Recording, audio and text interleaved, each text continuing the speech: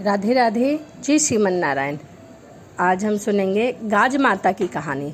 कहा जाता है कि पुरुषोत्तम के महीने में गाज माता की कहानी सुनने से सभी मनोकामनाएं पूर्ण हो जाती हैं। तो चलिए मन में गाज माता का ध्यान करते हुए और सुनते हैं गाज माता की कहानी। पुराने समय की बात है। एक नगर में एक राजा और रानी रहा करते थे। उनकी कोई भी संतान नहीं थी।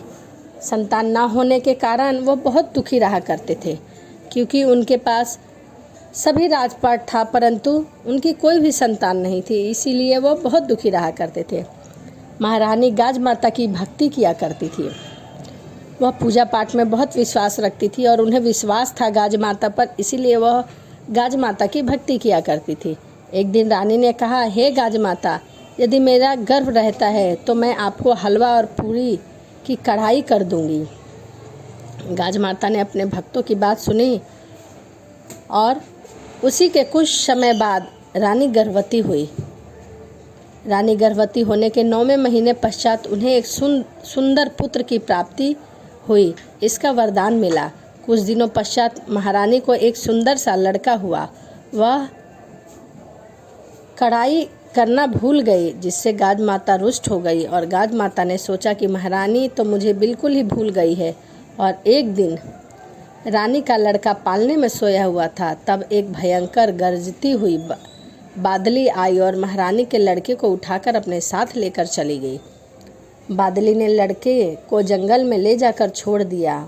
उस तरफ से एक भील और भीलनी जंगल से गुजर रहे थे, तो उन्होंने पालने में एक छोटे बालक को सोते हुए देखा।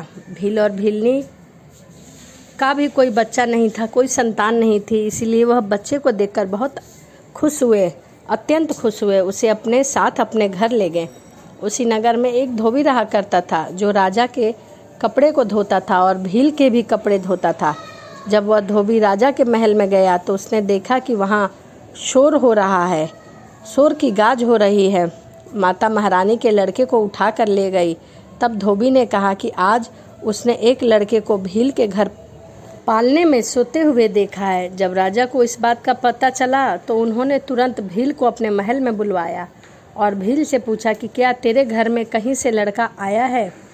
तभी भील ने कहा कि हाँ, मुझे गाज माता का व्रत किया करता था तो मुझे गाज माता ने बेटा दिया है। इस पर राजा और रानी को याद आया कि हमने गाज माता को कहा हुआ वचन पूरा नहीं किया है। हमने कढ़ाई करने के लिए बोला था, लेकिन हमने कढ़ाई नहीं की है। इसी कारण गाज माता ने हमसे हमारा बेटा छीन लिया है।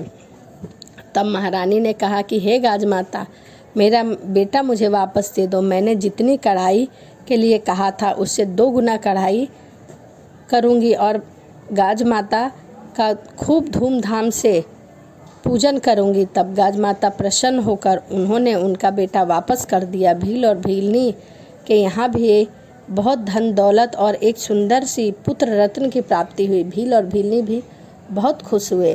तब सारे शहर में राजा ने ढिंढोरा पिटवाया कि जब भी लड़का या लड़की की शादी हो तो गाज माता की धूमधाम से पूजा अवश्य करे। गाज माता ने जैसे रानी के लड़का दिया है, भील और भीलनी को धन और पुत्र का रतन हुआ है, वैसे ही सबको दे। गाज माता की कहानी कहने वाले, सुनने वाले, हुंकार भरने वाले सभी परिवार को सुख और समृद्धि दे। तो यह गाज माता की कहानी थी जो मैंने आपसे कही।